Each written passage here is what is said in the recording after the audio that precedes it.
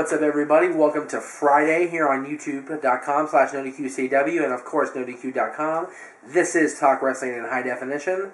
And don't forget, this Sunday is Extreme Rules. Check out the coverage on NoDQ.com if you can't get the pay-per-view. I'm not getting the pay-per-view, that's for sure. I will be at NoDQ.com checking out the live up-to-minute coverage because Lord knows I'm not going to buy this piece of crap pay-per-view. But I do want to know what's going on in the world of WWE. So, NoDQ.com, check out the coverage. In the meantime, let's get to your questions for today.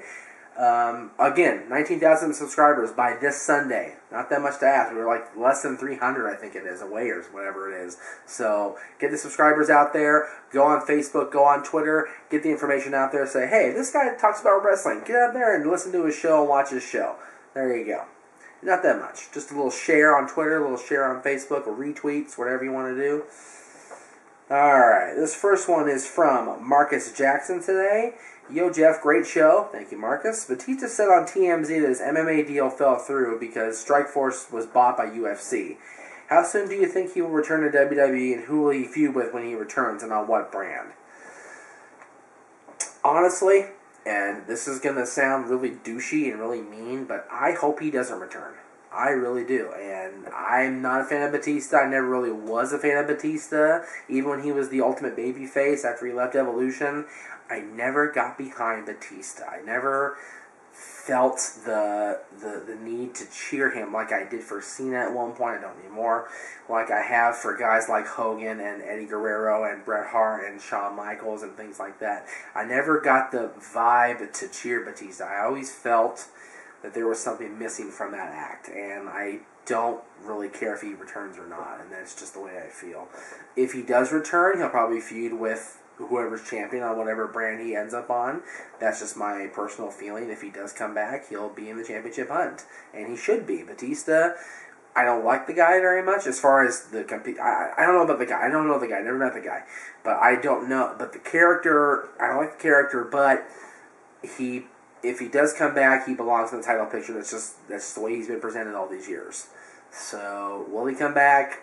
Hard to say. If he does, it wouldn't surprise me if he's a championship contender within 3 months. Less than that, even. Let's see.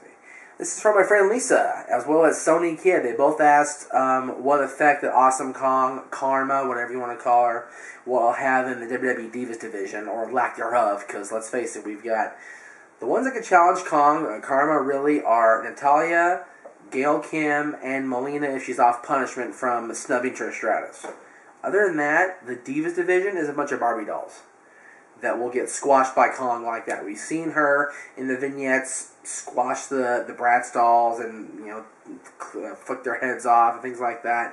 She's going to go through these Barbie dolls like Eve Torres, like Maurice, like, the Bellas, all these ladies, and just squash them like nobody's business. And I hope it happens. I personally want to see her and Gail reignite their feud from TNA. I want to see her and Natalya tear it up. I want to see her and Melina tear it up. I want to see Kharma and Beth Phoenix go. That is a dream match right there, in my opinion. Yes, Beth hasn't been pushed very well in recent months, but you know what? With the right build, her and Kharma, whatever you want to call her, can have a decent run together, decent feud together, decent match for sure to cap off the feud. So that's what I'm looking forward to with Kharma. Kharma being a bitch and tearing up the Divas division one Barbie doll at a time and going through and finally getting to the wrestlers like Gail, Natalya, Melina, and Beth Phoenix. That's what I want to see.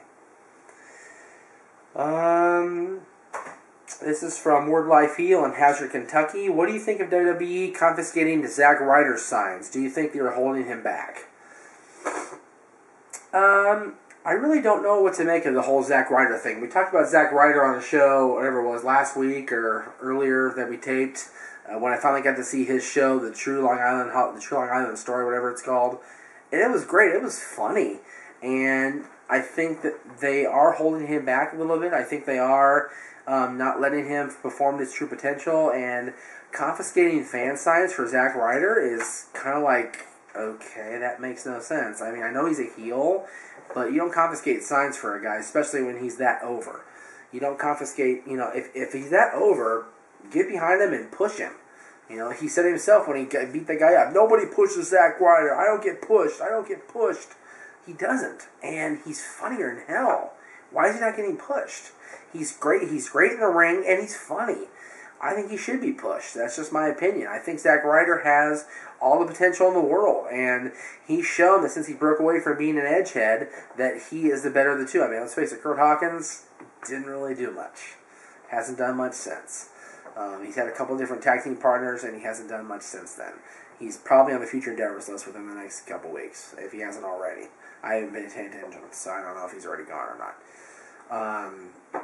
So yeah, Zack Ryder's signs being confiscated, I think, is BS. I think it's ridiculous. So let's hope that doesn't happen in the near future.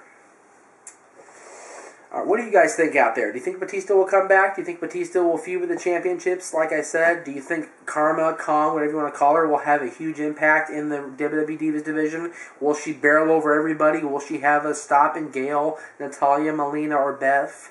What do you think of Zack Ryder? You guys watch Zack Ryder on YouTube? What do you guys think of his show? Is it better than my show? I honestly think Zack Ryder's show is pretty damn good for what it is. So, let me know what you think out there, and we will see you next time.